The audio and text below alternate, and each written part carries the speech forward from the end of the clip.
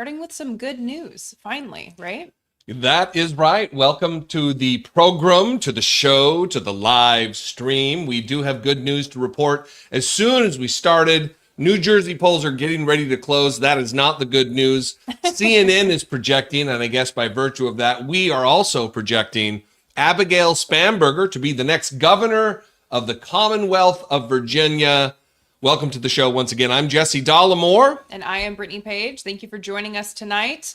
Again, we're hoping that there's going to be more good news on the way. I think that there will be. Of course, Donald Trump, last year was reelected, and that was a depressing night. That was a rough time for everybody. And now we've had a year of chaos since then. A year. And of course, he didn't take office until January, but we're almost there. Yeah. And people have been experiencing the negative effects of a Trump administration, a second Trump administration. And we're going to see that show up in the polls. And we're seeing it show up so far in Virginia in the polls with Abigail Spanberger defeating Earl Sears, who really leaned into the Trumpian approach of cultural issues, I guess is what people call them now. She really leaned into the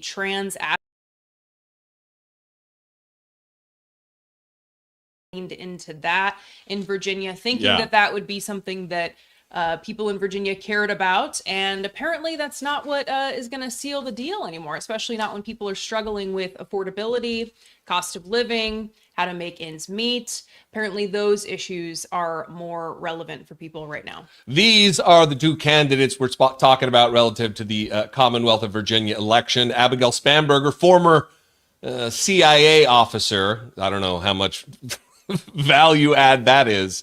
And then Winsome Earl Sears, who you see there on the right. Of course, the obligatory posing with a weapon picture for a Republican. The other two candidates that are Republicans in the races we're going to be talking about today, one's not a Republican, although he is endorsed by Donald Trump, and that's Andrew Cuomo. The other is Jack Ciattarelli from New Jersey.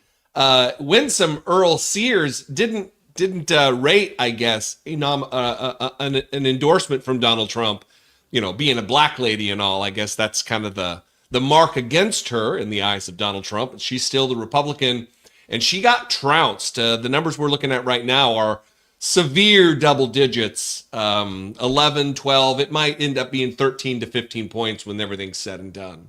And she's actually the Republican lieutenant governor. So it would have made sense for people to just say, oh, well, let's elect her and have her carry things forward. Right. But instead, the population in Virginia is saying, no, we reject Republican policies. We reject the Republican approach, and we're going to go with the Democratic approach. And there was something I was going to add, and I lost it. Well, while you're coming up with it, let's have you do this. If you're here, you care about democracy, unless you're a troll. And in that case, I don't know what to do with you. But if you're we know here, what to do with you. We'll have fun with you. If you subscribe to my channel and you're interested in equality and making sure that everybody has a hand up and everybody else has enough to eat and enough to live on, and that our just basic human decency is championed in this country, you should click the link in the description at the very top of this, if you're on my channel on Dollemore Daily, and go subscribe to Brittany Page's channel. She does amazing work and could absolutely use the boost from members of my audience. Or if you just happened upon and don't know who I am at all, or who Brittany Page is, you should also subscribe. Did you get it back? No, because I was focused on putting my channel in the chat, which I just did. So I would really appreciate it if you would listen to Jesse. He's so smart. He knows what he's talking about. Please assist him there. But what we're really excited about is New York. I mean, that's one that I'm really excited about with Mamdani. And I think he has run such a positive campaign. a positive campaign really focused on working people. He has been absolutely grinding. He seems like he doesn't sleep, even these last few days where you'd think maybe he'd let up a little bit. He wouldn't need to be out in the streets. He's been out constantly. And he has been singularly focused on the issue of affordability and really speaking to working people's struggles in their ability to pay their bills, their ability to make ends meet, their ability to take the bus and have it be on time, have it show up so that they can get to their jobs, they can get to their appointments, they can do what they need to do to take care of their families. And I really love the campaign that he has been running, and I'm really hopeful that he is going to win. But that, again, those polls won't close until 9. You know what Chuck Schumer did? I know what he did because I put the clip together. This has been something that's really been concerning to me. It's the direction of the Democratic Party globally. He is the leader of the Democratic Party, being the minority leader of the Senate. After all, we don't have a Democratic president anymore. It's Chuck Schumer. He pretty much leads Democrats. He refused, up until Election Day, even beyond, here we are, refused to endorse the Democratic nominee for mayor in New York City, his home city. And then when asked about it, after he voted, we'll just play it for you. Questions? Today is election day in New York City. Did you vote for Mamdani? Look, I voted, and I look forward to working with the next mayor to help New York City.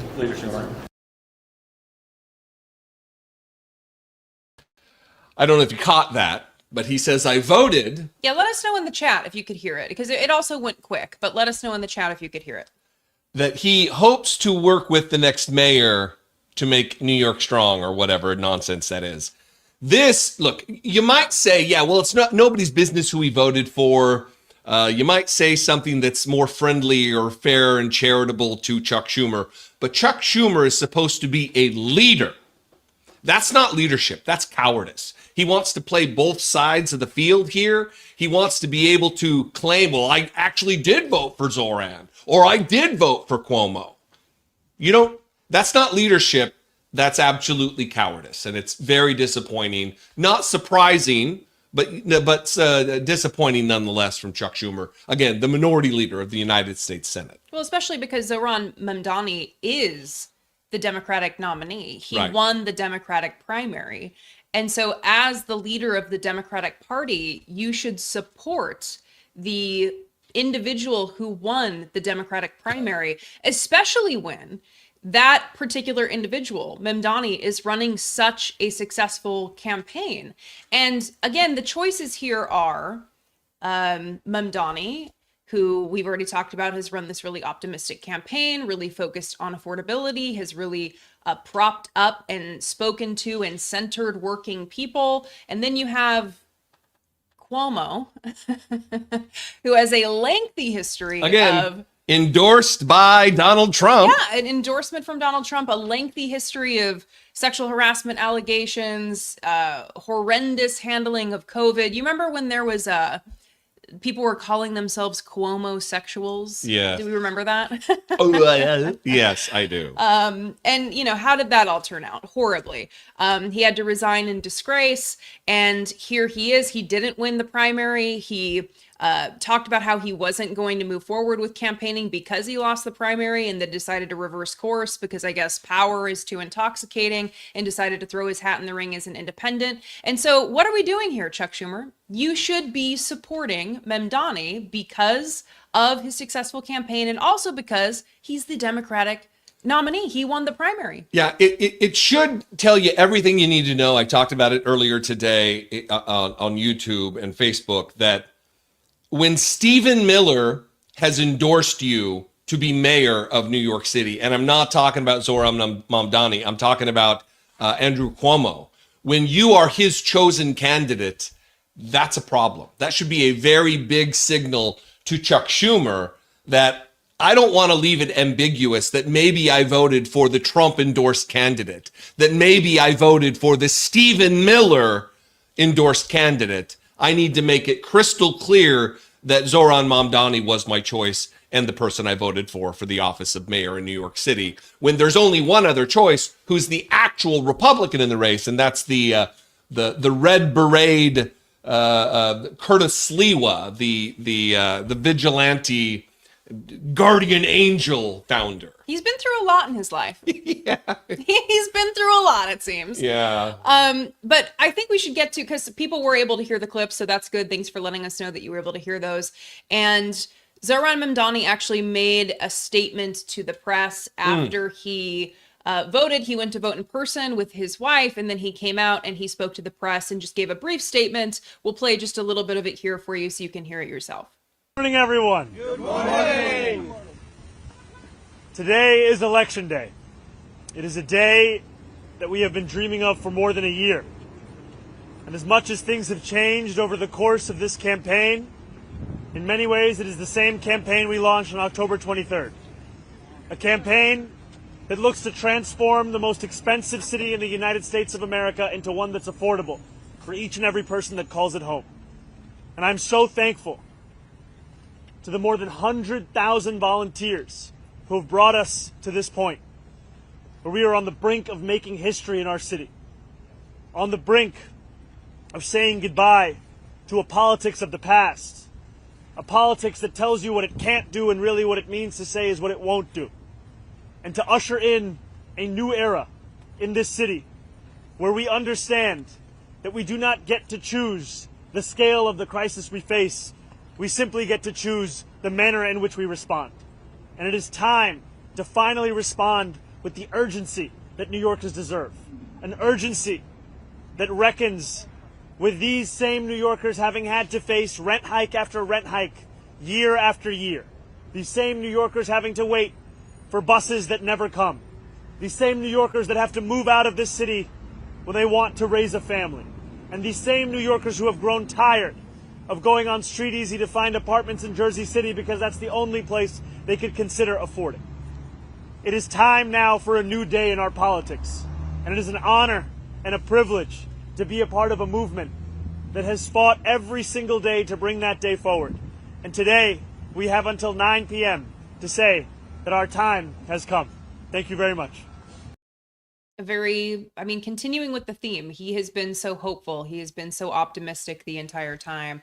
And without the bravado, I think, that you often see from politicians, he's not banging his chest and he's not mired by the trappings of this fake bullshit, nonsense, toxic masculinity, traditional masculinity. He's just a dude who wants to help out people in the city he lives to make it more affordable and putting forth common sense solutions to do so. He doesn't need to be Mr. Tough Guy like Andrew Cuomo, who's never seen consent that he ever paid attention to. Well, I think it's a useful exercise, actually, to juxtapose what you just heard from Zohran Mamdani, the Democratic candidate, and Andrew Cuomo, the independent candidate, who again is endorsed by Donald Trump, who failed to win in the Democratic primary and still forced his way into the race to run as an independent. Let's hear the juxtaposition. You mean going against the consent of the voters? Yes. Yeah, he really does hate consent. So which clip? We've got three here. We've got his Trump endorsement. We've got the Dem Civil War, and then his comments acting like he doesn't know about Donald Trump saying that if you vote for Mamdani, you're a Jew hater. Let's talk about his response to the Trump endorsement. The president just Trump endorsement. Do you accept it from the president? The president does not support me. The president opposes Zohran Mamdani. The president believes Zohran Still won't say his is a name right. communist. He believes he's an existential threat. I believe he's a socialist and an existential threat, and not a dress-up socialist, right? Their school of socialism, this Democratic Socialists of America, government controls the means of production. No private ownership of real estate, abolish jails, decriminalize prostitution. This is frightening stuff. And I think that's why you're seeing New Yorkers react and New Yorkers turn out. I'm offering the exact opposite. Safer New York, 5,000 new police, 1,500 police on the subways. Make New Yorkers feel safe again. You want to bring the cost of housing down, which we have to do? You have to build more affordable housing. It's supply and demand. There's nothing tricky to it.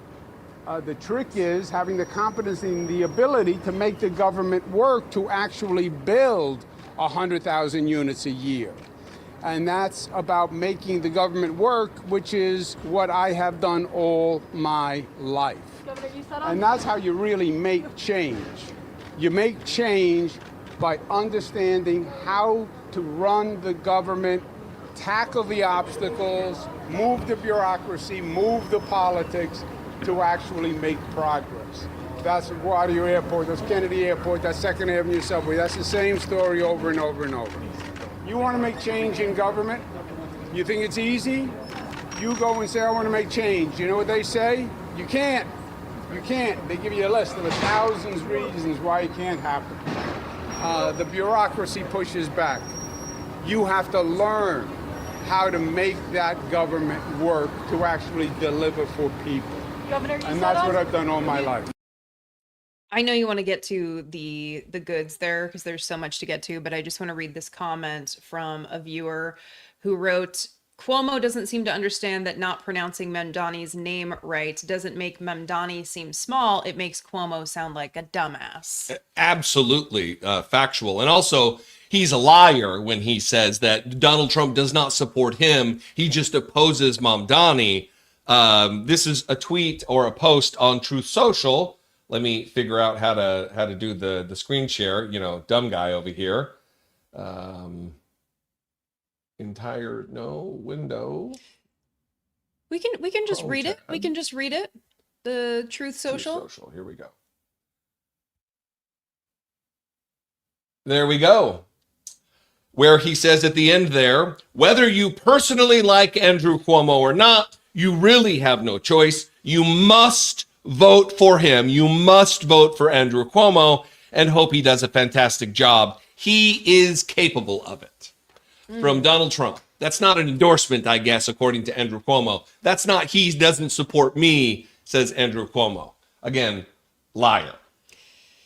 Yeah, of course. But he doesn't want to admit that he's been endorsed by Donald Trump because that doesn't look good for him. Even though he accepted Eric Adams' endorsement, he was the only one on the stage, in fact, during the mayoral debate about who would accept Eric Adams's endorsement, and Andrew Cuomo was the only one who said yes. Yeah. So I don't know how Donald Trump is so far and apart from Eric Adams, but apparently so. Well, it should tell you everything you need to know about the candidacy of Andrew Cuomo and the character of Andrew Cuomo, that he and Donald Trump share the same exact donors.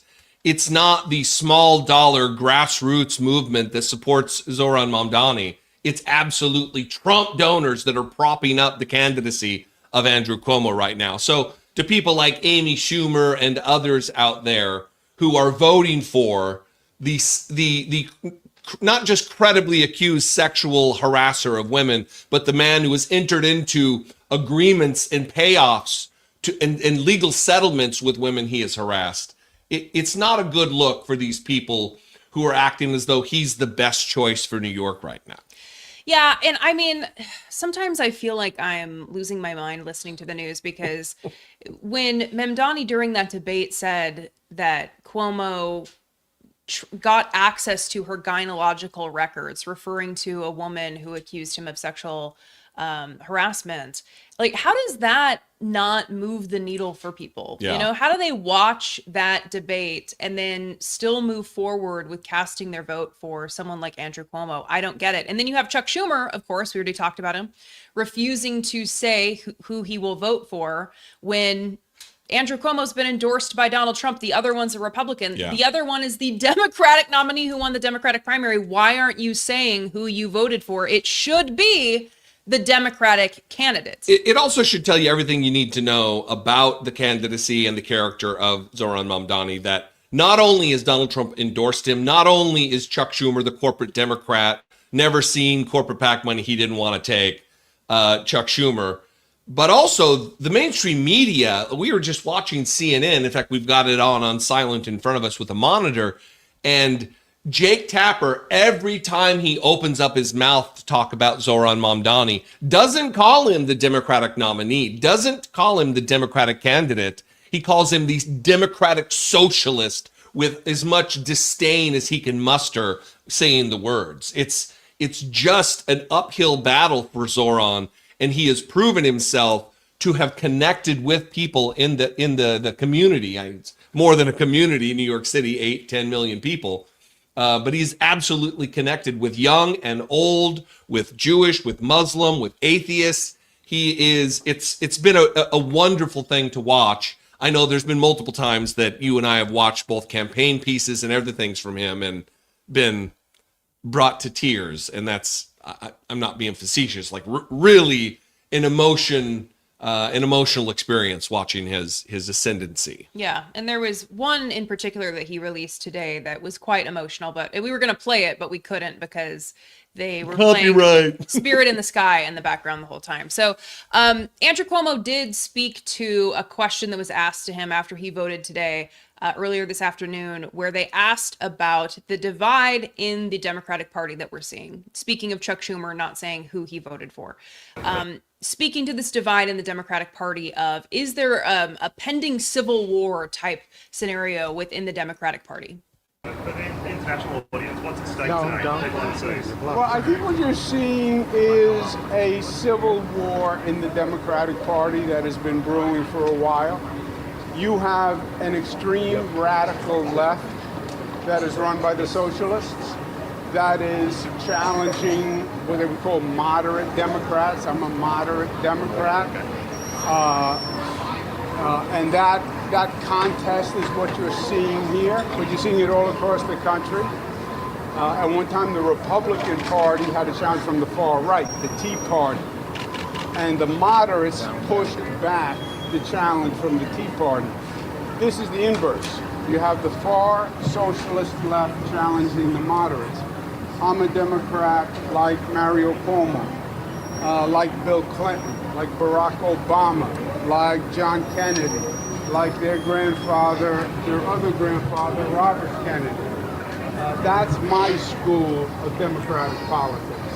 And that's what I'm fighting for. You block your head is right. All right, Democrats are not extreme socialists. We're not against the police. We don't believe the NYPD are racist. We don't believe they should be abolished. We don't believe in abolishing jails. We don't believe in doing away with misdemeanors. We don't believe in decriminalizing prostitution. That is not us. We are a party of law and order. David Dinkins, great Democrat. First thing he did when he took office, hire more cops, keep New Yorkers safe. So that's the contest you see happening here. I think if the far left socialists were to win, I think long term it would be very detrimental to the future of the Democratic Party. This country is not a socialist country. The city is not a socialist city. The state is not a socialist state. Socialism has never worked anywhere on the globe. Not Venezuela, not Cuba. It's not going to work in New York City. How'd you go on the ballot? So I do think it's interesting that It's very bizarre. Republican talking points. nowhere in any of his responses, actually, do you hear him focus on the people that he wants to serve and the issues that are important to them. And sure, he was asked about this divide in the Democratic Party, but you can easily speak to the issues that people care about and whether or not the people on certain sides of the aisle in the Democratic Party are focused on those issues, or if they're focusing their attentions elsewhere. And when Andrew Cuomo speaks, he does not center the people that he wants to serve. He's often talking about himself. He's defending himself, or as you heard in that answer, he's defending the identity of the Democratic Party and what a Democrat should look like instead of what a Democrat should do for the people that they are representing. I mean, he's maligning progressivism, comparing himself to both good and bad politicians on the Democratic side, but pretty solid work from the dipshit Andrew Cuomo. Let's move on to New Jersey pretty quickly here. The race is between Mikey Sherrill, Navy pilot veteran of the United States Navy, obviously, and endorsed by Trump, Jack Ciattarelli. And right now, with about 26% of the vote in, I'm looking at CNN. They're actually going county to county. It's looking right now like she has a 20-point or so lead with roughly a quarter of the vote in statewide. This was marked to be a very tight race, like a toss-up kind of a race, and it's not looking that way. That's fantastic. She's a former guest on this program, and will do Jersey well. She's not as liberal as I would like her to be. She's not as progressive as I would like her to be. But we need to meet these candidates where they are, and a Mikey Sherrill candidacy, a Mikey Sherrill in the governor's office in New Jersey, is a far different animal than a Jack Ciattarelli, who has said he's 100% MAGA, who's said all kinds of things that try to malign her while lifting and boosting the Donald Trump. In fact, I think we have a clip here of the aforementioned Mr. Ciattarelli, or it's just a little news package from a local station talking about both candidates. Flat tire on the way home tonight, it's President Trump's fault. There's nothing she won't blame on the president, but we're not falling for that. What we'll continue to do is talk about what it is that we're going to do when we win this race in 26 hours. I'm going to pause it there. This is the narrative that you're hearing from MAGA people all the time, that anything that goes wrong, they're going to blame Trump for everything. If she gets a flat tire, if they get a flat tire, they're going to blame it on Trump. No, the things we blame on Trump are the deleterious effects of his policies. The rising inflation when it was under control, the corruption, the naked self-dealing, the absolute corruption of increasing your net worth by orders of magnitude as soon as you become president of the United States because of donations of $400 million planes and everything else that's gone on. It's not blaming Trump for that which he's not guilty. Right. It's blaming Trump for the things he's doing wrong. Nobody gives a shit about flat tires. Here's the problem. It's that in Trump world, everything that goes right, Donald Trump takes credit for, and everything that goes wrong, even if he caused it to go wrong, it's someone else's fault. And Jack Ciattarelli is doing this very thing, and it appears that the citizens of New Jersey are catching on. Those numbers right now, with 27% of the vote in, 61.7 for Mikey Sherrill, and 37.8% of the vote for Jack Ciattarelli. Was that the end of the news package? No. We'll move on now, covering a little bit on Mikey Sherrill. Sherrill, a Democrat serving her fourth term in Congress, would become the state's second female governor if elected. She's a U.S. Navy officer and helicopter pilot and former prosecutor who's built her campaign around pushing back against President Trump. Democratic governors Gretchen Whitmer of Michigan, Josh Shapiro of Pennsylvania, Wes Moore of Maryland, and even former President Barack Obama all came to the Garden State to rally voters for Sherrill. She also plans to focus on affordability and freezing utility rate hikes, require ICE officers to show their IDs when making arrests, and fight against President Trump's tariffs. Sherrill stood alongside Democratic Senator Cory Booker and her running mate Dr. Dale Caldwell last night, promising to fight for everyone. We're fighting for our kids. We're fighting for opportunity. We're fighting to make sure everyone, no matter who you are, where you're born, how much money you have, everybody has a shot. You know, it's so interesting that this is what we see from Democrats, actual people who care about their constituencies that they endeavor to serve. They look to better the lives of the individual voter, the individual American. You heard it there from Mikey Sherrill. We have clips prepared that we're not going to play now because it seems that she's already won. The race has been called for Abigail Spanberger, but it's the same thing. Their message is centered on people, making their lives easier, giving them a hand up and a helping hand when they need it. And that is just not the case with Republicans. We're in the middle of more than a month of government shutdown. They're stripping away food assistance from the poorest Americans, 19 million or so of them being children, not being able to know when their next meal is going to come. This is the richest nation in the world, make America great again. And this is what they're visiting upon the people of America. And if not for the Democrats' resistance in this matter, the government shutdown, there would be more carnage, more pain, more health care being stripped away, more increases of premiums. We're already seeing 15 to 19 million people who will lose their health insurance. There's millions more who are going to have their premiums double or triple. This is not just a fight for the soul of our nation. This is a fight for who we are as Americans, what we value as Americans, who we value as Americans. And I can tell you, in this house, in this studio, it's not billionaires and Trump donors. It's not the folks who are donating 15, 20, 25, 30 million dollars for Donald Trump's ballroom. I don't think it's a ballroom. I think it's something else. We're going to have to find out. But it's not those people. Those aren't the people. They have what they need. They will never need for anything. They don't know what it's like to go hungry. They don't know what it's like to spend food stamps at a store. Both of us do as children. We relied upon that for our well-being as kids. It's not just a talking point. Yeah, and shout out to Concrete Dave. Comment on the screen there. I, like Mikey, voted for her today. Fantastic. Awesome. Thank you for doing that. And just projected the win for the Lieutenant Governor of Virginia. Also, the Democratic candidate is the winner, Hashimi. So that is very good news as well. Yeah, I recently just did a video about Donald Trump's Great Gatsby themed party that he had at Mar-a-Lago, his marble bathroom remodel that he was posting several photos of. All the while, 42 million Americans, including 16 million children, are wondering where they're going to get their next meal, having their SNAP benefits lapsed. And in fact, you know, Donald Trump was ordered by the court to respond and say whether he was going to use the contingency funds that are available to pay SNAP benefits. He initially yesterday said that he would partially pay those SNAP benefits, reducing the amount that families would receive substantially. And then he posted on Truth Social today that he actually is not going to be paying SNAP benefits until the Democrats end the government shutdown, and has completely laid the blame for the government shutdown at the feet of the Democratic Party.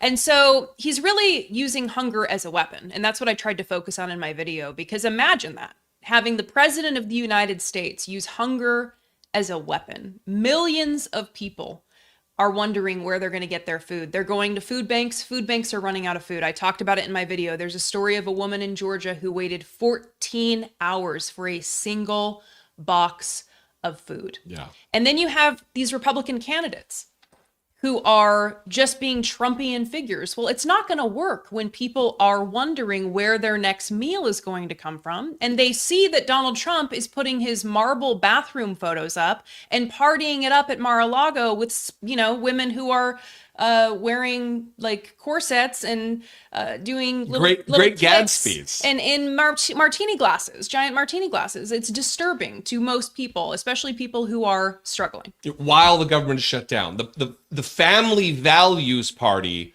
the pro-life party isn't doing everything they can do to ensure that the poorest among us have enough to eat. Yeah, I do want to highlight this comment from Renee Allgood, but this was related to the Andrew Cuomo conversation that we were recently having. And Renee wrote, "So I was alone. I looked forward to his briefings. He was there for me. He stood up to Trump. Now look at him." Yeah. And one thing I want to highlight about this is I've been saying for a long time, where are the Democrats in terms of Democratic leadership holding Cuomo COVID style briefings, the way that Andrew Cuomo used to do during COVID? Every single day he did. Right, where he would give updates and he would reassure people, and people did. They felt less alone. They felt supported. They felt like he was there for them. They felt like he was giving them information that they needed to get through this dark time. That's what Democratic leadership should be doing, except singularly focused on the damage that Donald Trump is doing. I mean, printing up those marble bathroom photos and putting them up on a banner and just for hours talking about the party at Mar-a-Lago. I mean, that could really move the needle for people. And you said you didn't want to play the voter who voted for Spanberger because she already won. Congratulations to Spanberger, the new governor of Virginia. But I actually do want to play it because it's a voter who didn't vote for Spanberger and voted for Winsome Earl Sears. And I want you to hear the reason. Also, be surprised. I'll talk while you're taking that chat down because I think it'll just be layer upon layer. Also, I was surprised because if you look at her, she's got like blue hair. You'd think, oh yeah, that lady's the Democrat for sure. And that is just not the case. For the Commonwealth and important for the country. Election day in Virginia. Today's gubernatorial results determine whether a Republican remains in office. This voter thinks continuing current Governor Glenn Youngkin's work by voting for Lieutenant Governor Winsome Earl Sears is the way to go. We have so much turmoil in the nation, so we want to have some stabilizations and stabilities for the people. Others are dissatisfied and say it's time for a change by voting for former Democratic Congresswoman Abigail Spanberger. Yeah, I think it's very important. The country, it's not doing very well with the current president, so it's important to change things around. More recently, Earl Sears has attacked Spanberger over her refusal to call on Democratic Attorney General nominee Jay Jones to resign after the release of violent texts he sent a few years ago, including using this ad with footage from the gubernatorial debate where Spanberger does not respond to repeated asks about Jones's texts. It made this voter go with Earl Sears.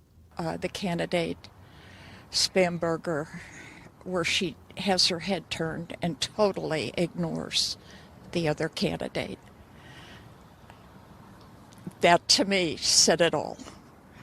That just said it all. If you can't even listen to this lady say who knows what,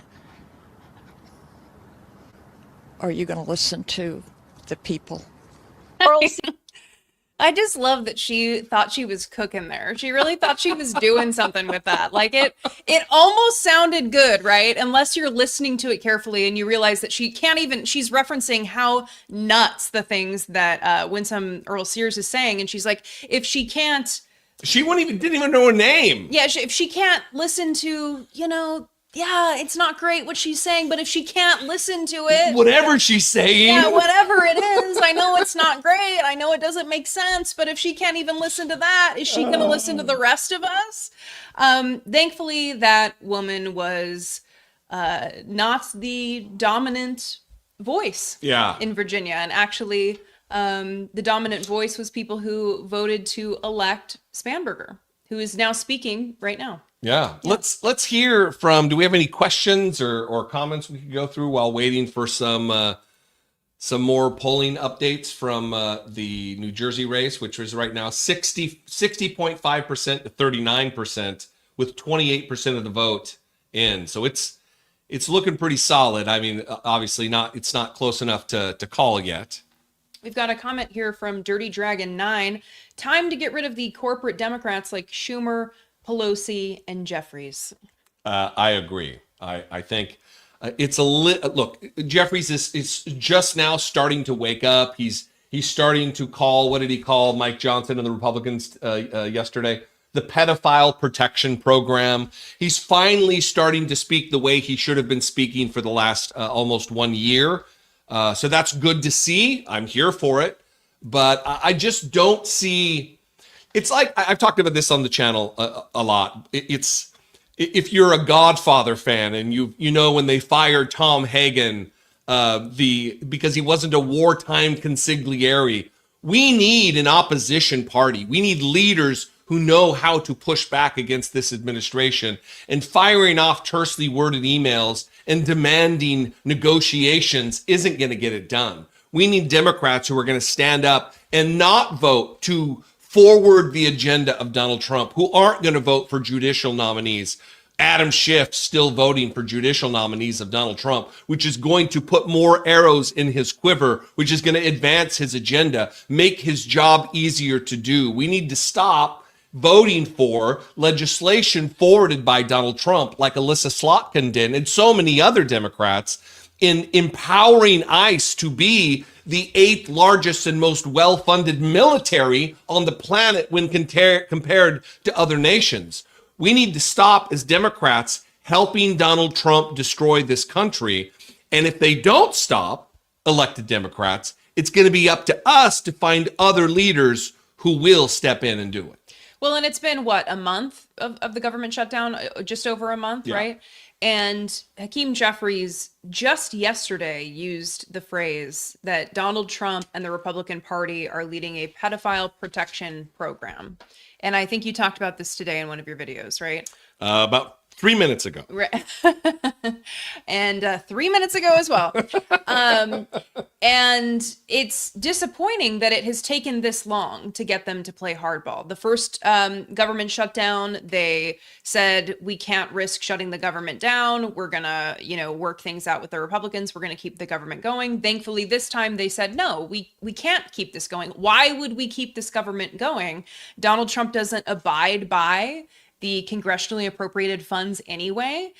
He doesn't respect the process. He isn't caring to sit down and negotiate at all. None of the Republicans are. They're just saying either you open the government or we're going to starve 42 million Americans. He's disregarding federal courts up to and including the Supreme Court of the United States, many of them of whom he appointed to that office. Why would we vote to make Donald Trump's job easier? Why would we negotiate and allow him? This is a broken government. Look, I feel very terrible for the people who are struggling, whether they be military, whether they be federal workers, whether they be people on federalized benefits. Absolutely, that is terrible. But Donald Trump endeavors to tear the entire thing down. If we give him more power, it's what he's going to use to destroy us all. You know who's actually doing better than some of these corporate Democrats that we're talking about right now? It's these former Republicans. I don't know if they still identify as Republicans, but people like Bill Kristol. I don't know if you guys follow Bill Kristol on social media or if his posts come into your feed, but he's anti-ICE. He's constantly going on about the abuses at the hands of ICE. And he recently came out and said that he would vote for Zohran Mamdani. He would vote for Mamdani in New York City. Yeah. He's to the left, Bill Kristol, of a Chuck Schumer. Right. At this point. I mean, Bill Kristol, who would have thought that we would be in a position where Bill Kristol is saying these things? I've been talking about this a lot. In fact, when I sat down with different senators, Cory Booker being one of them, that specifically had in mind when I talked to him about this, there's a new political order that we live in that we have to deal with. And so many people act as though the old way of doing things is just the way it is, Chuck Schumer included. But it should tell everybody when someone like Bill Kristol, who is absolutely a neocon, he's a George W. Bush Republican, when he is saying, I would vote for Mamdani over Andrew Cuomo, it has to tell you everything you need. I know I keep saying that. It has to tell you everything you need to know. But come on. It is no longer the political order that it was of our parents or even 10 years ago. It is a vastly different landscape. And these Democrats who have been in there for decades need to wake up to the fact that the old way of doing things isn't going to get anything done. It's certainly not going to work. So remember the big race that we're looking for in New York, those polls close in about 15 minutes, just around 15 minutes.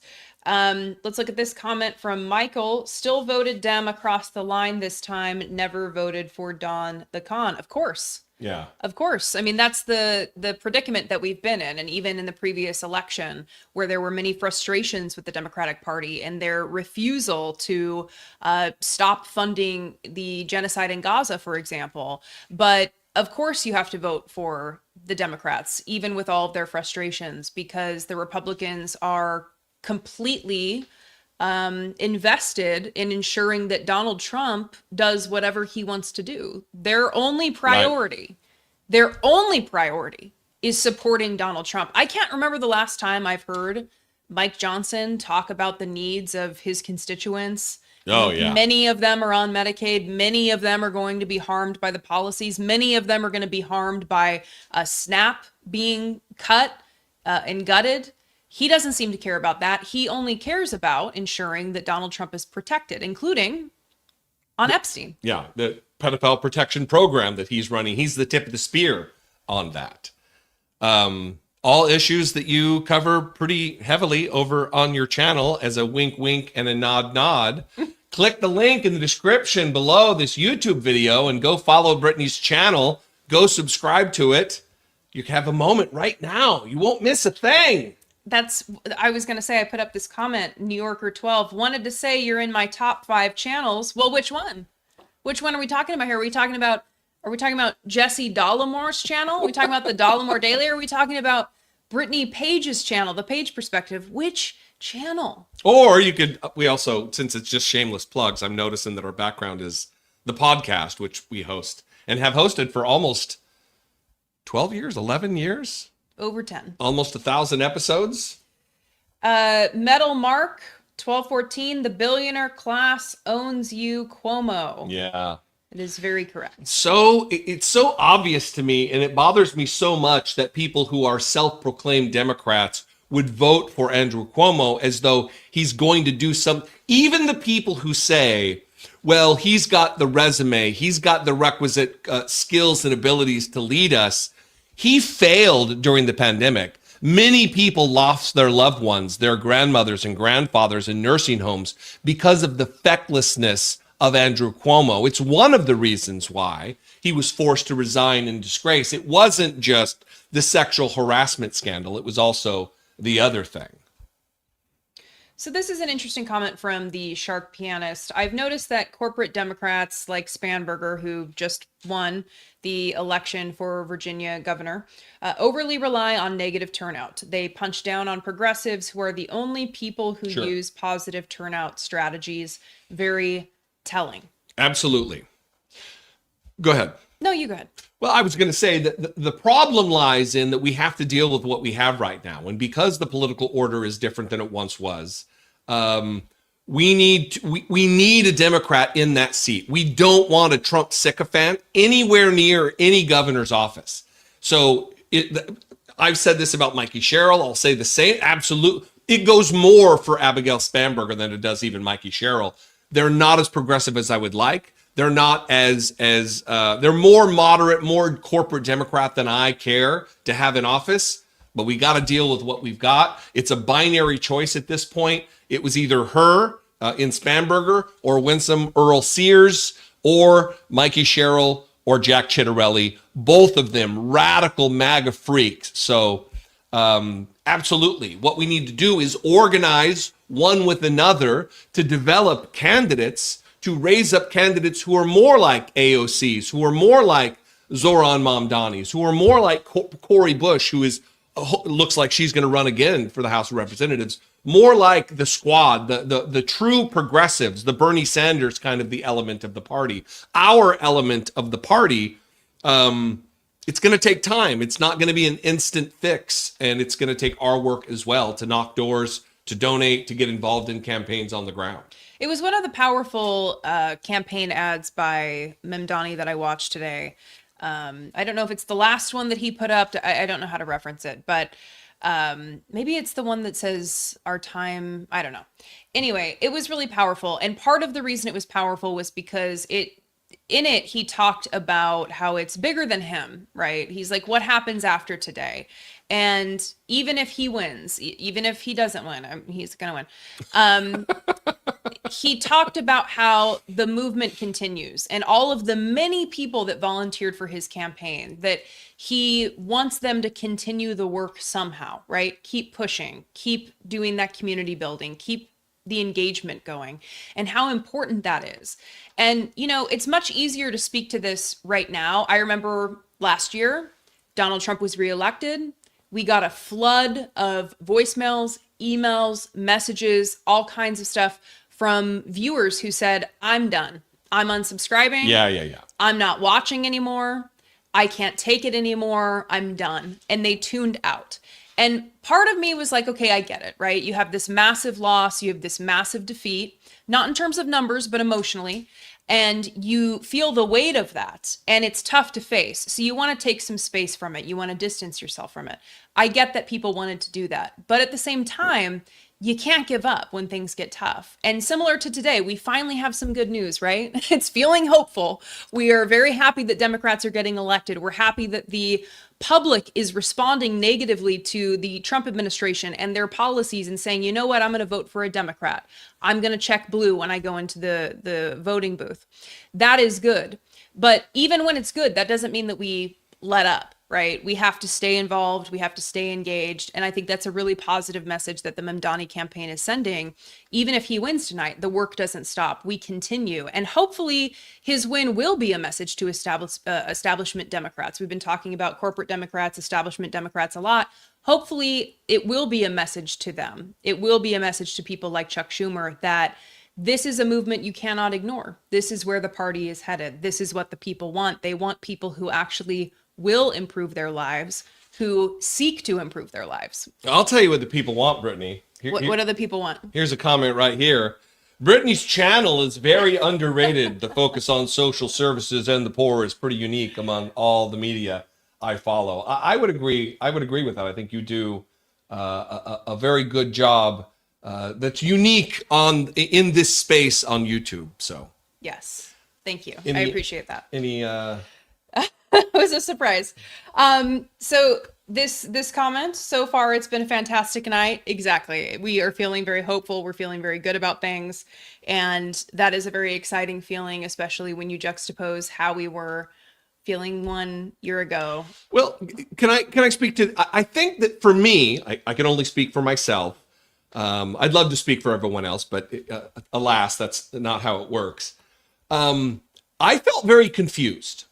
So it's nice that we're kind of realigning in the logic territory where people voted for Donald Trump, knowing everything we know about Donald Trump in 2024. They chose Donald Trump to be president of the United States again, after all of the corruption and the impeachment 1 when he tried to extort a foreign leader, impeachment 2 when he literally attempted to overthrow the United States government by nullifying and overturning a free and fair settled American election where Joe Biden won by 7+ million more votes than him, dispatched an angry, violent, armed white supremacist mob to the Capitol to hang Mike Pence, to kill Nancy Pelosi.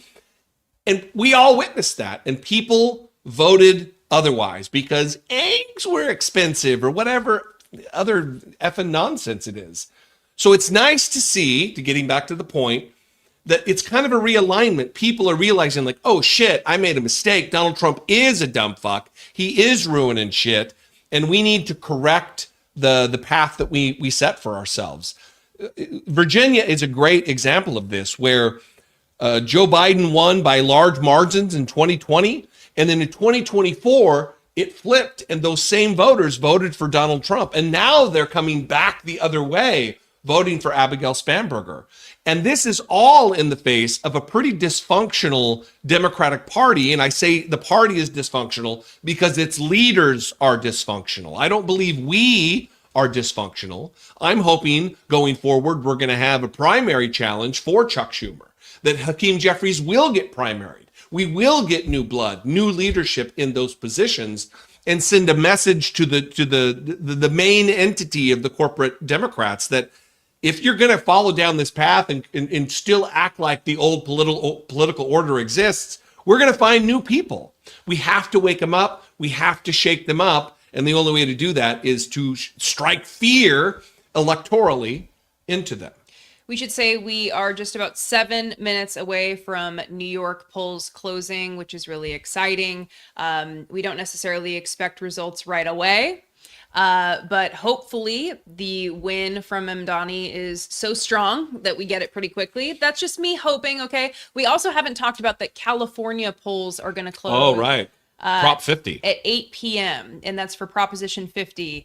And we should know the results on that pretty quickly. Although the polling is suggesting that it's, not even going to be close with that. That is, of course, the redistricting led by Gavin Newsom in response to the Texas redistricting, gerrymandering, we should say, where Donald Trump specifically demanded that the congressional lines be redrawn so that Republicans are able to gain congressional seats. Now, here's the latest update. We got 32% of the vote in for the New Jersey governor race between Mikey Sherrill and Jack Ciattarelli.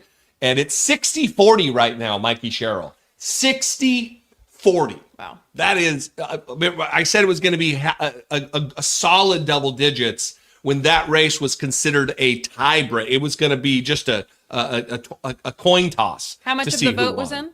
32%. Okay. So we're coming out. I mean, it really depends upon which particular counties. When we're going to state by state races, it's difficult. I'm not John King from CNN, who's a guy who knows like he can name every county and give you little factoids about every single county in the entire country. I'm not that guy. And I'm certainly not that guy about the elections in the city of New York. I don't know exactly how they count their ballots, whether it be electronic, what kind of laws are in place about when they can count them, when they can report them. So we'll have to kind of rely on CNN and other outlets for that. Do we have any other comments or questions? Just a Voice says, very excited for the wins tonight. So glad you are covering this. Much love and respect from Canada. Just a Voice, thank you very much for the super chat. That is always appreciated. Support for independent media in these tough times is a very good thing, and we do not take it lightly.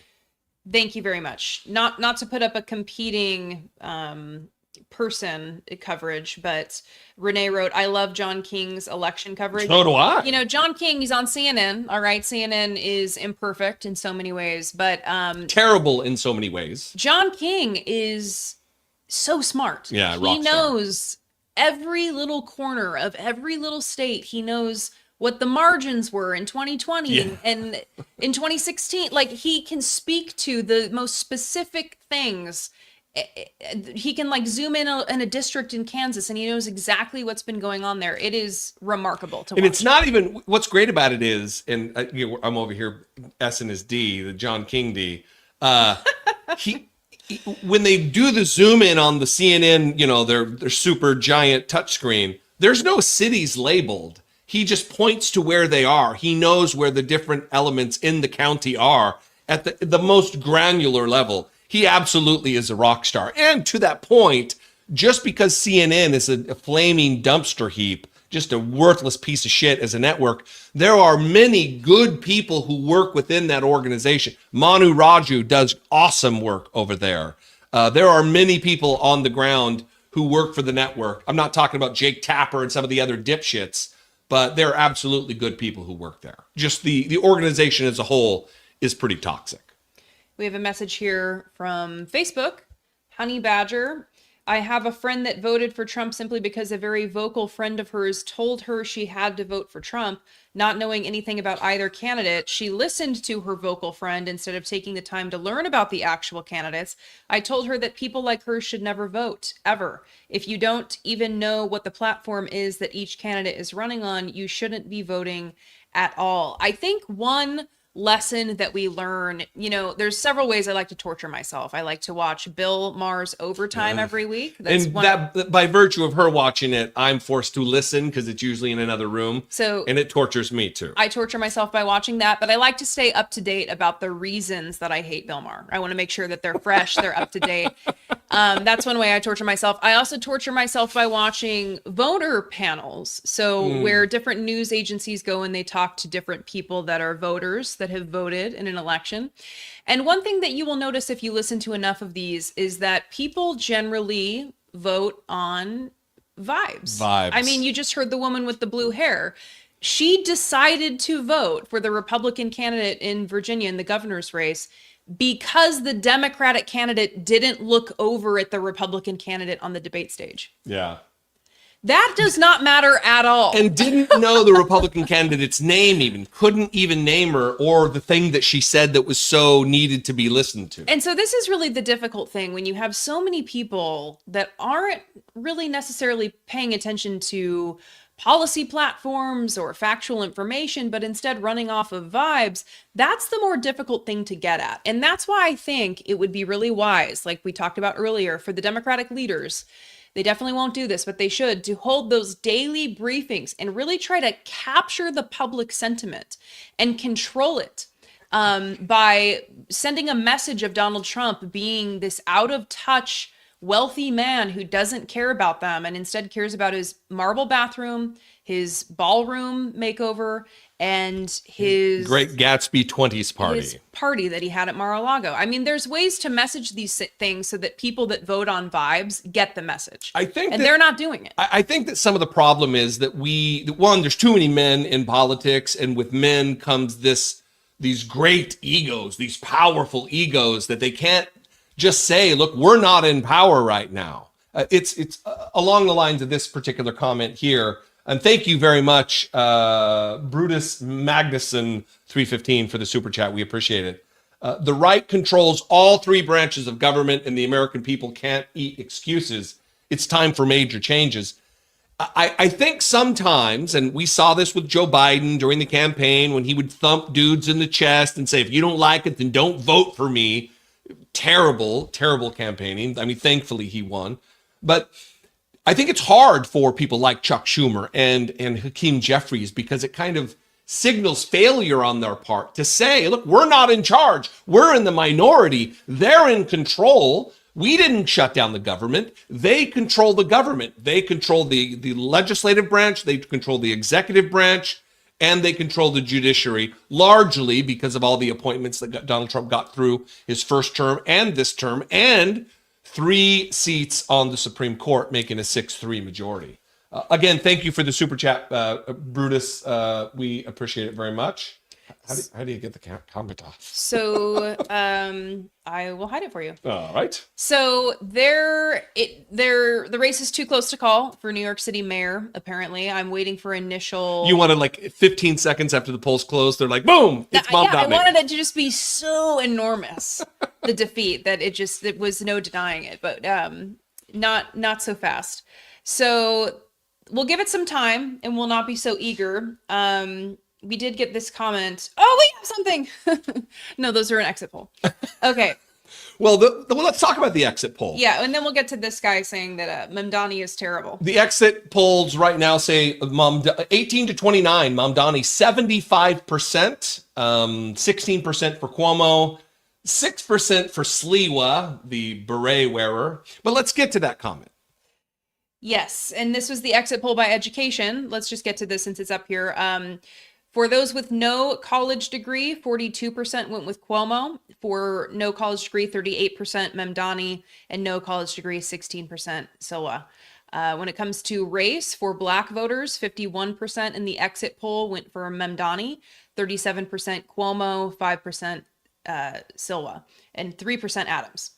Okay, Daniel. Well, why doesn't Daniel Kaplan ATL? Why don't you write a little longer comment explaining with more than just Mamdani is terrible? That doesn't move the conversation forward at all. Why is he terrible? And who would your choice be? And why, as a juxtaposition, are they great or worthy of a vote? All right, let's see what we've got here. 36% of the vote in. Oh shit, they do it quick. We have 51% Mamdani, 39% Cuomo, with 36% of the vote in. That is huge. Now, that's not necessarily super huge if none of that vote is coming from Staten Island, let's say. That's kind of the Trump stronghold across the water from Manhattan and Brooklyn. If that hasn't been counted, then he could be in for some trouble. I don't see that being the case. I think this is going to be another 9 to 13 point win that we're seeing along the lines of what we've seen in New Jersey and Virginia. Well, we haven't seen it in New Jersey yet, but certainly in Virginia. So just to say it another way, with 36% of the vote counted, Mamdani is about 100,000 votes ahead right now. So that is fantastic news. We're hopeful that this continues. Carrie writes, great show you're doing, Jesse and Brittany, and it's so great to see Democrats are back winning in your elections today, watching from Australia. One thing, thank you, Carrie, very much for the super chat and for watching from Australia. One thing that we are always surprised by is how people outside of the United States pay such close attention to politics in America. And Carrie is giving us a good example here in Australia, where if you travel even outside of the country, people will ask you, like, what is going on? What is going on in your country? We just got back from Japan. We were there for a few days, and everyone we talked to, and we talked to a lot of people, when they find out we're Americans, they ask, a lot of them were just pointing at their head like, he's crazy. This is nuts. What is happening? What's going on in your country? And people are alarmed, from non-native English-speaking countries to more, European-based type countries like Australia or Great Britain. That people are very alarmed at the march of fascism and how quickly it took hold in the United States. I just want to give a quick shout out here to Mikey. Mikey has been a long time listener, a long time supporter of our work. We love you, Mikey. And is maybe one of the funniest people that I have ever met virtually, but met. So shout out to Mikey. Has the Mom Donnie hater come back yet? No, but there's been some suggestions as far as what he'll say, like this one here. You can read that. Yeah, well, if he comes back with nonsense, then we'll just not post the comment, or post it briefly and then tell him he's stupid. I want an actual argument, some argumentation that would level a justification to not vote for him. Just saying he's terrible. He smells terrible. He looks terrible. He dances terrible. What does that mean? I just want to briefly comment on this from that Opal guy, saying that the critic who came on here and said that Mamdani is terrible will call him a Muslim, commie, socialist, fascist. And I've been shocked by even Andrew Cuomo leaning into the the bigotry against Muslims. And I'm also disgusted by his use of AI. I think that use of generative AI in a political campaign is automatically disqualifying. Yeah. He's been using Mamdani's likeness in AI to create videos of him, like on Halloween at people's homes. That's disqualifying in and of itself. I mean, take everything else away, the numerous things that make Cuomo someone that you should not vote for, that just add that to the list. Look, I think it's disqualifying for more than just politicians. I think if you're in our business and you're using AI in just about any capacity, it's disqualifying. Yeah, those AI thumbnails, no good. We have this comment. We know how we're doing in California with Prop 50? Not yet, as far as I know. I believe the polls close at 8 there. No, they close at yes, that's right, 8 there. Yeah. 11 p.m. here. Yeah. So we'll be awaiting an update from them. We will likely not be here when the polls close there. My prediction would be, and I don't know why I do this to myself every time, because I've gotten it wrong with Trump too many times, and it's that's disqualifying as far as I'm concerned. What a bummer. But from everything I'm reading, from everything I'm hearing, from polls, from talking to people on the ground, people in this business and politics, they're saying that it's a runaway train, that they've done the messaging, they've gotten to the voters to get them to understand exactly what's at stake. Also, the way that Prop 50 is written, there's like a fail-safe that if Texas backs out of their plan to gerrymander, then Prop 50 goes away. It's conditioned upon Republicans doing what they're doing. It's an answer to Republicans. It's obviously not something that Democrats would seek out to do independently. Certainly not in a mid-cycle, in-between census years. An additional shout out here from Boston Brian, who was recently your guest host, Jesse. So shout out to Boston Brian, who's another one who does fantastic work. And I don't think there's been an additional update as far as the estimated vote count here for New York City mayor. I think there was just an updated vote count for the New Jersey governor's race, and it looks like Mikey Sherrill is still significantly in the lead, so that's looking pretty good. I think it said 44% of the vote is in. Is that what it said? I wasn't. We're paying attention. Spacing out. We're paying attention to so many different things right now, you guys. Well, it's what I was going to say about when we were having the John King conversation about CNN. He is so well prepared. This little ditty we're doing here took hours of prep work, and we didn't really have to fucking do anything. I guess I'm gonna curse. I think you've already multiple times. Were you trying not to? Yes, because it's I not, know. Well, it's not working out for you. So, we did have an additional news package to show, I believe, right? There was another. Should we do another Andrew Cuomo clip? Tony Tostada, thank you for the wow. super sticker. I don't even know what a super sticker is. I'm a really good YouTuber, but thank you so much. We appreciate that very, very, very much. You know, let's ask this question: is Trump crying or socialing on truth? You know, let's talk a little bit about how he is going to respond, right? So Spanberger won, the first woman governor in Virginia, by the way. And maybe it's looking like Mikey Sherrill will win, hopefully, fingers crossed. Hopefully Mamdani wins. Let's say that there's significant wins here across the board for Democrats. How does Donald Trump end up tolerating that in the morning? Is he going to claim election fraud? I don't know. Is he going to claim election interference? Let's see where he is right now. Is he spiraling already? Has it begun? Yeah, I don't know. Let's see. Sean Duffy's done an incredible job. No, this is from hours ago. So he's just watching and just, I think just miring in humiliation because, the last few days he goes through spurts where he's like, this person is endorsed. I'm endorsing this person. My strong endorsement of this person, one after the other, after the other, after the other.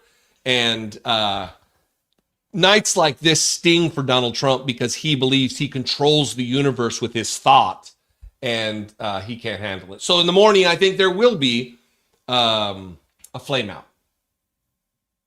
Absolutely. We have a prediction here. He's going to respond with more threats. Yeah. As Republicans behind the scenes tell him to tone it down, which he won't. I think that might be wishful thinking on your part to think that Republicans actually tell him to tone it down. I think we're long past that. He certainly is going to respond with threats. The continuation of the threats that he did with Mamdani, with his endorsement of Cuomo, saying that he's going to withhold federal funding, threatening.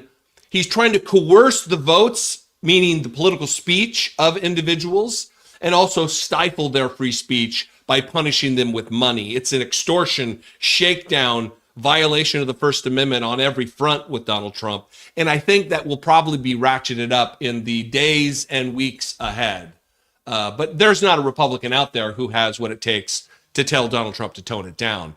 They're here to protect him from his crimes, from his credible accusations of raping children, and all of the other unethical insanity that we're faced with on a daily basis.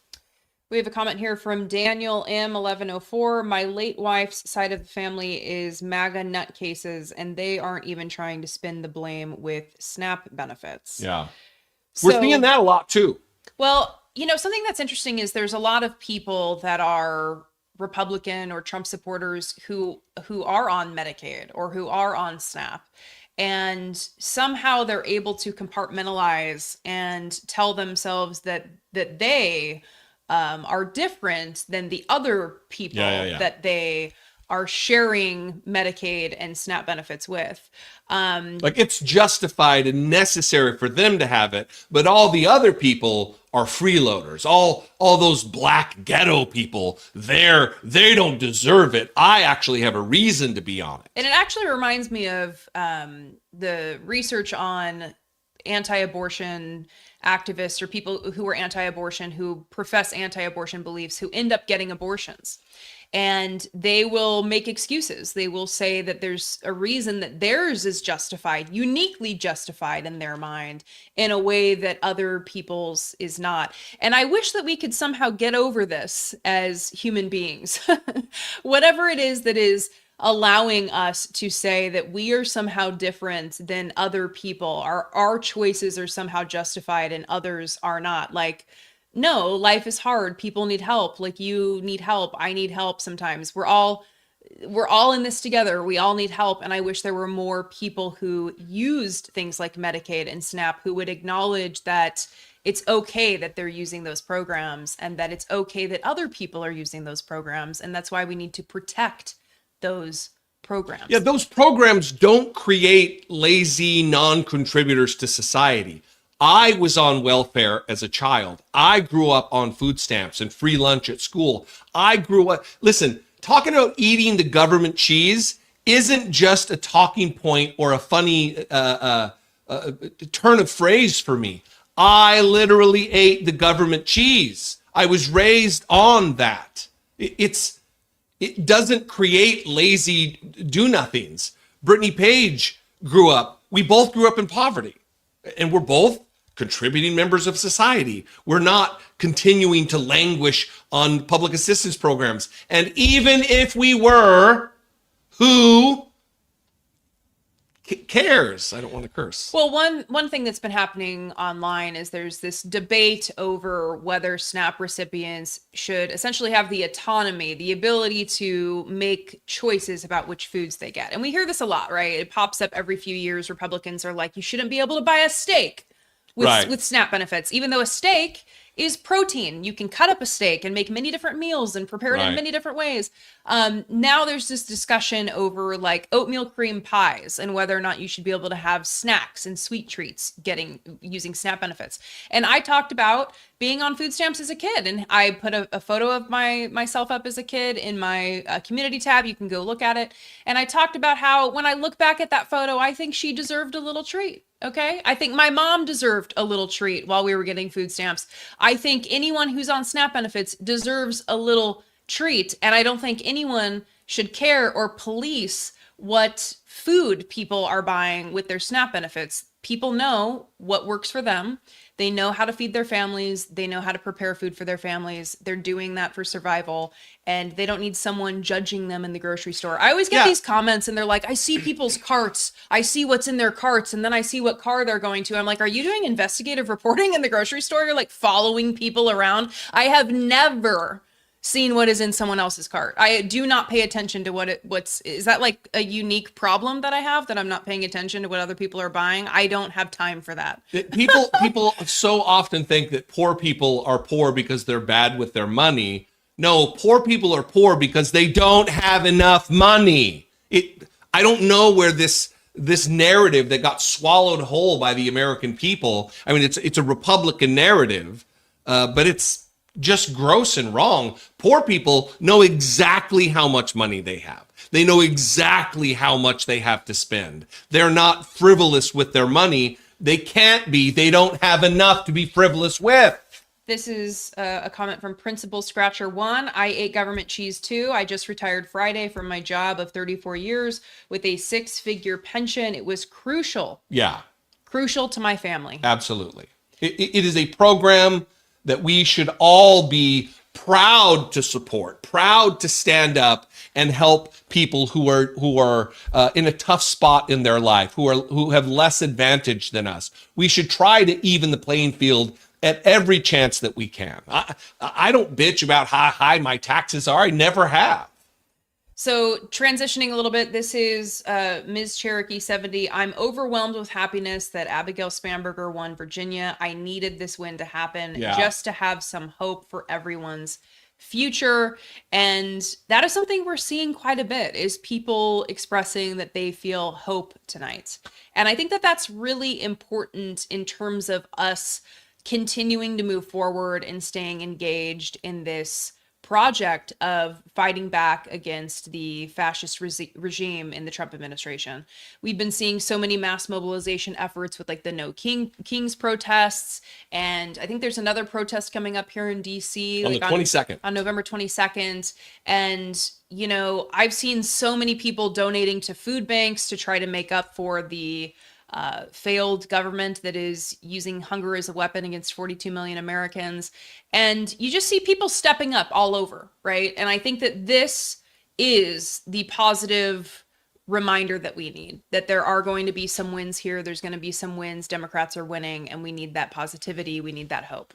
This is from Boston Brian, who has a great YouTube channel you should follow. Mamdani's victory tonight. We're hoping for a victory tonight, Brian. Mamdani's victory tonight has Republicans shaking in their boots. Keep up the great work.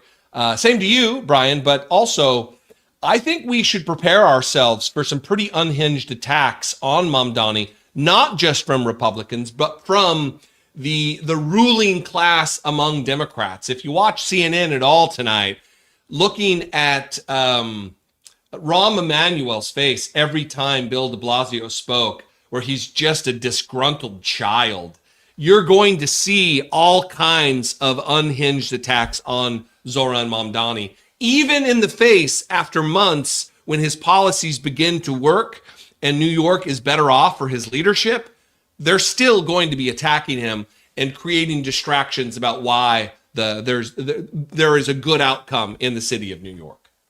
this This legitimately cracked me I was up. going to mention it at the beginning of the show. You both look like angels. I had to check if I was still alive. This is our election night attire. We on the Thursday night at the Democratic National Convention last summer, everybody wore white, and we decided last election night on our live stream to wear it, and here we are once again.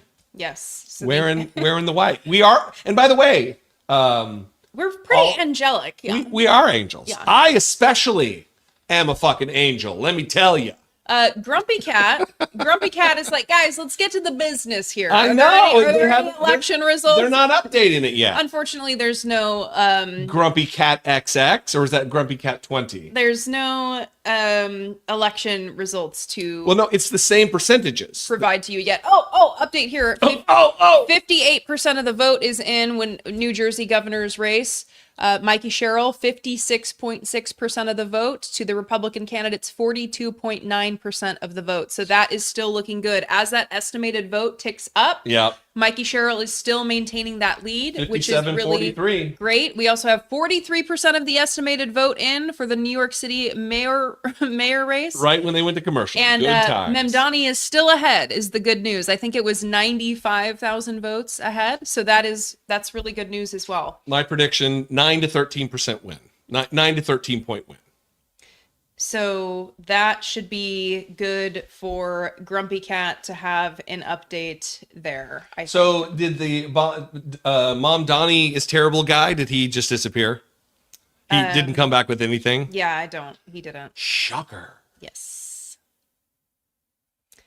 Indeed. So I'm not just staring off into space, by the way. I've got a monitor here. She's got a monitor here and on the laptop. we're monitoring all the things. I'm looking at comments. This is about Jesse's attire. I like Jesse's pink suit. Oh, yeah. I broke out I have a very, very vibrant one that's like 2 pink, 2 electric pink.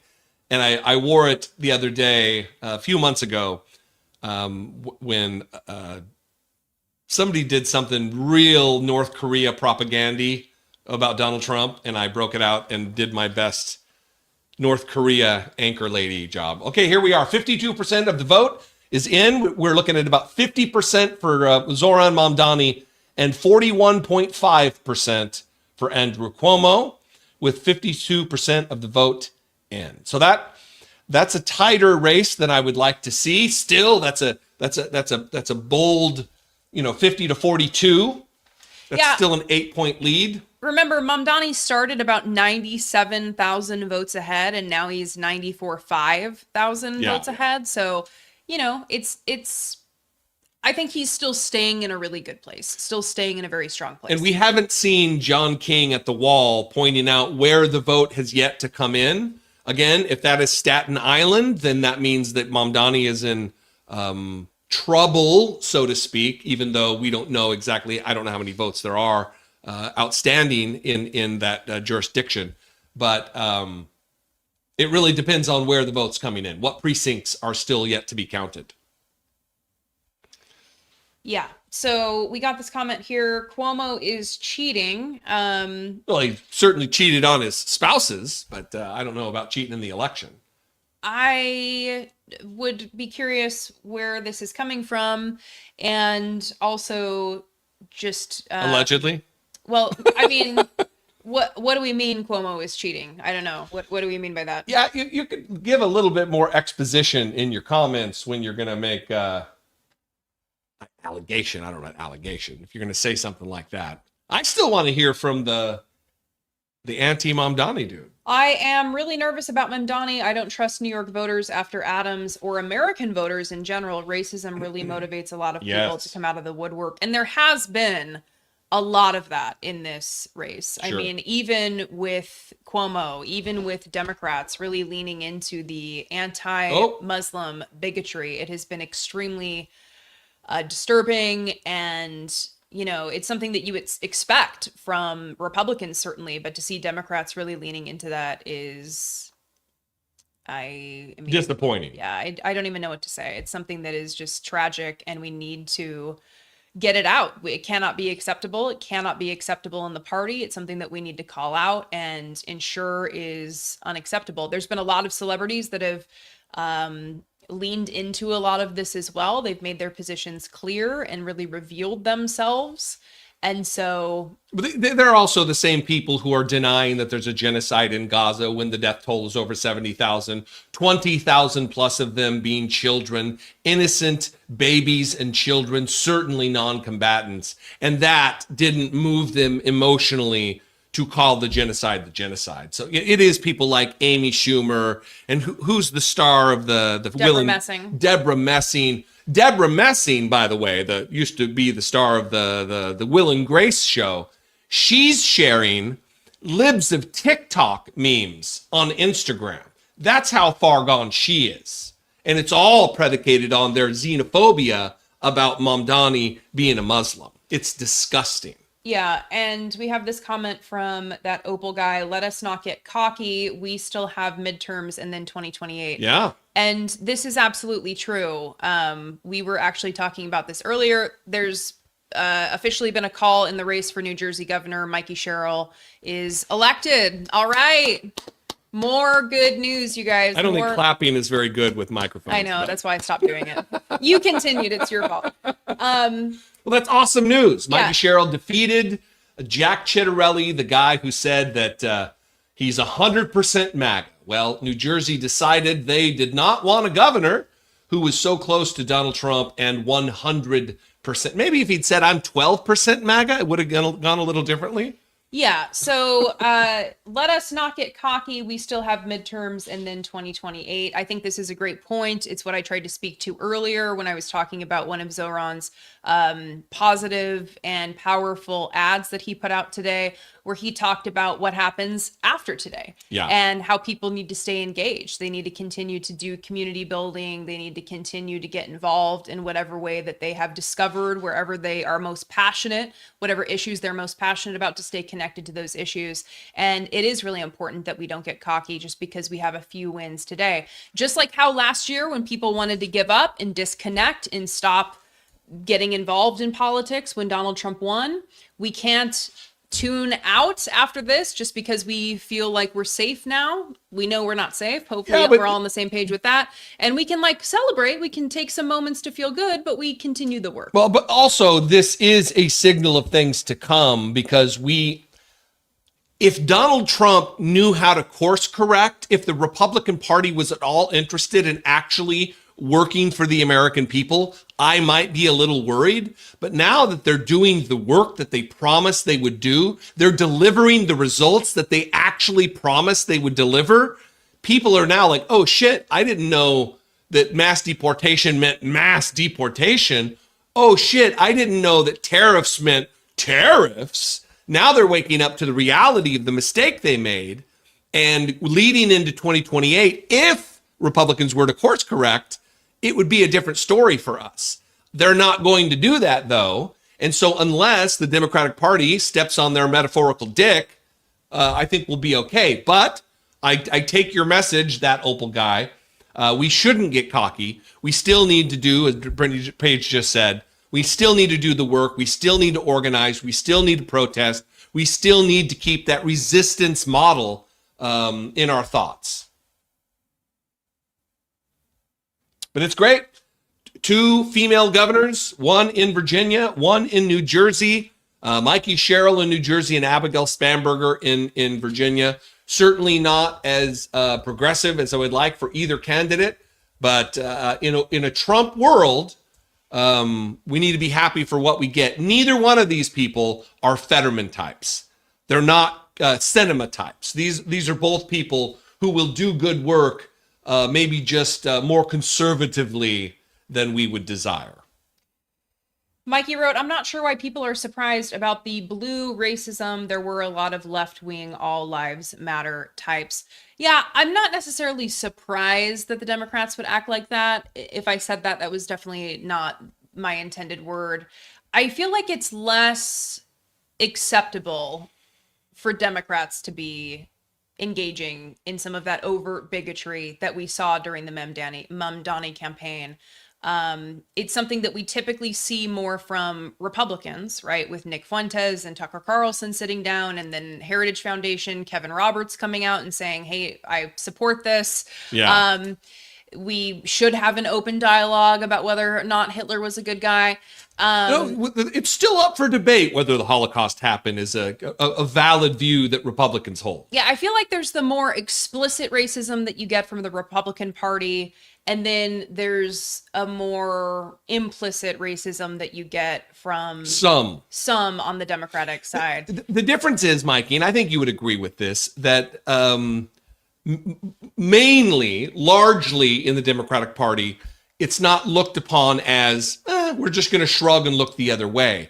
It's accepted and embraced in the Republican Party, and at the very, very least, it's an abrasive thing among Democrats when someone says something shitty or even, a microaggression type of racism. But racism is racism. I'm not going to put it on a scale like, oh, that's okay because it's mild versus, Nick Fuentes Nazi puke bullshit. Yeah, I think we don't need to say this one's worse than the other one. It's all bad. And that was my main point, was that we need to root it out of the Democratic Party. It cannot be acceptable for candidates who are trying to get elected of any party to engage in this overt kind of bigotry that was used against Zoran Mamdani. I think it's what's going to backfire on Cuomo is the refusal to say Zoran Mamdani's name correctly. He calls him Mamdami. Like he knows his name. He's worked in New York politics long enough to have been around people of different ethnicities with not Anglo-Saxon names. Even Cuomo himself doesn't have a typical Smith or Jones type of last name, and it's purposeful for him to mispronounce the name. It's rooted in bigotry and racism and xenophobia and Islamophobia more perniciously, especially in New York, the city that was the victim of 9/11 at the hands of Muslim terrorists. Yeah, so we're really hoping that we get some positive news here. There's now 60% of the estimated vote in the New York City mayoral race that is in, so it has gone up a bit. Let's see. We can go back and see what the number was.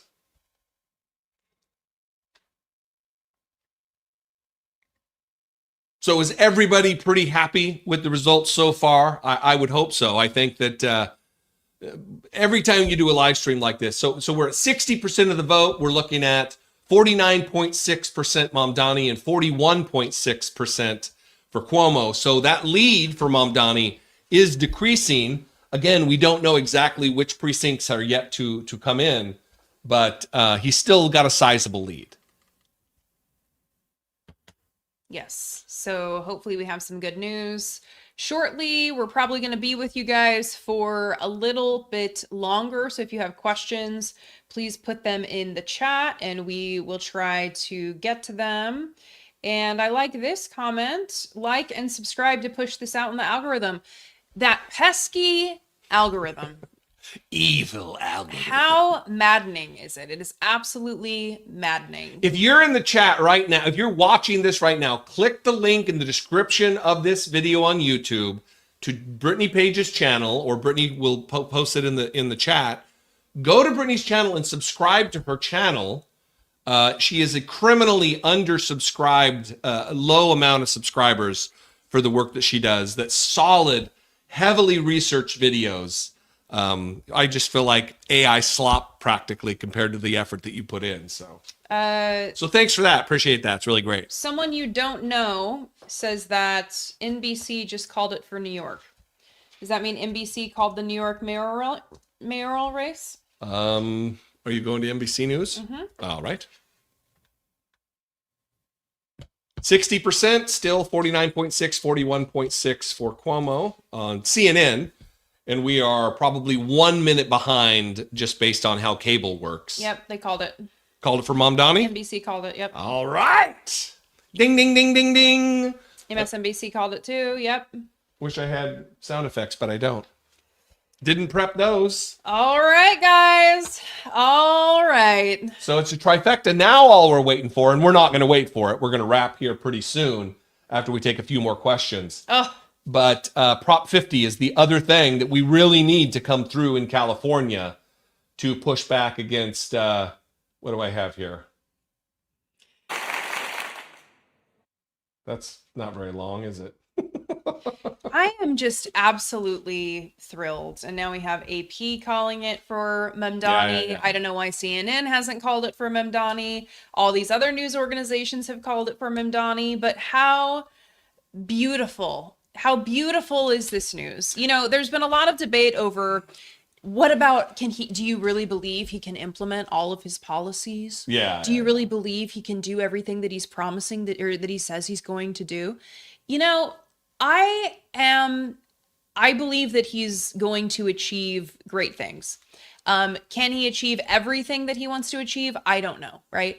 But here's what I appreciate. I appreciate that he is very focused on working class people. He is worried about people that drive cabs. He's worried about people that work in stores, that are up all night, that are working the night shift, that are trying to take the buses to get to work, and they're not on time, and that can affect their job. He's worried about things that actually impact people who are living and trying to survive in New York City.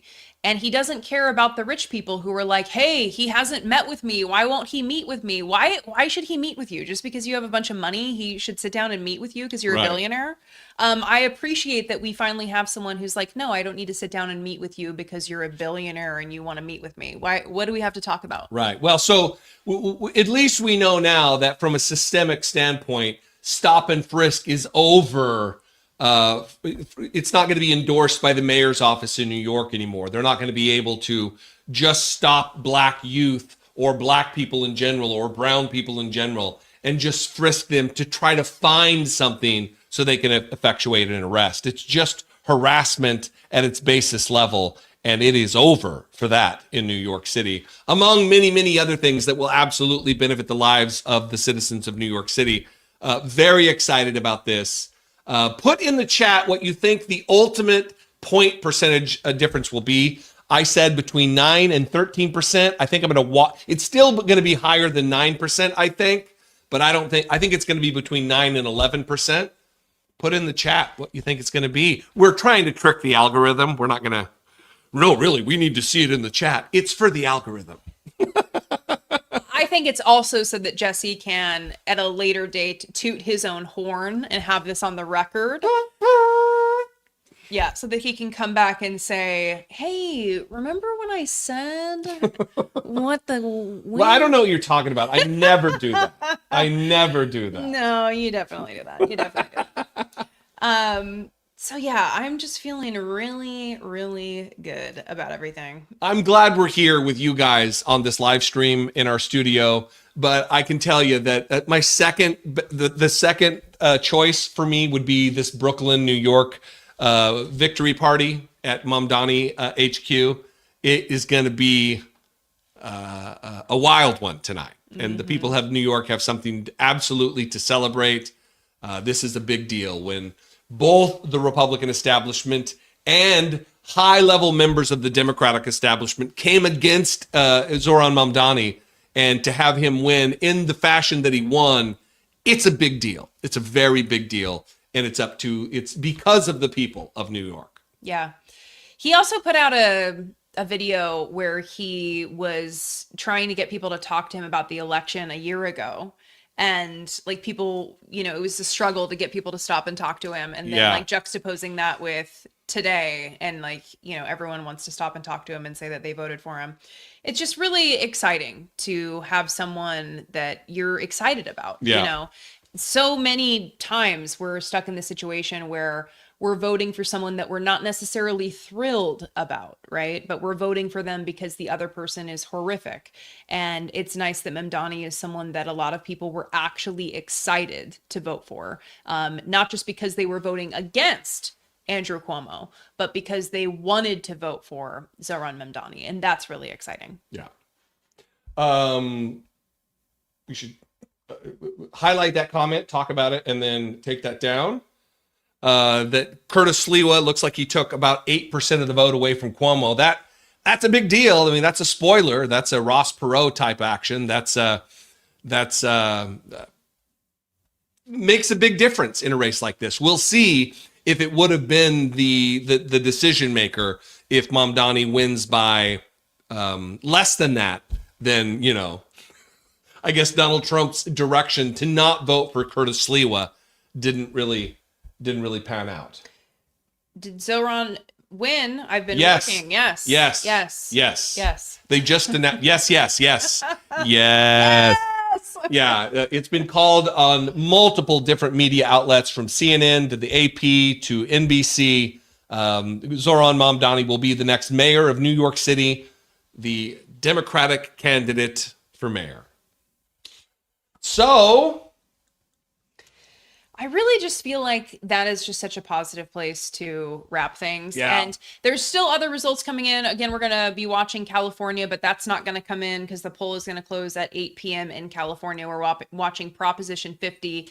But we're not going to stick around for that one for you guys. Nope. We appreciate you so much hanging out with us. This has been really, really fun. It's you know how fun this is when it's actually good news? no shit. That really does make a difference. It makes a huge difference. But we really appreciate you guys. So do us a favor. Please go subscribe to Brittany Page's channel.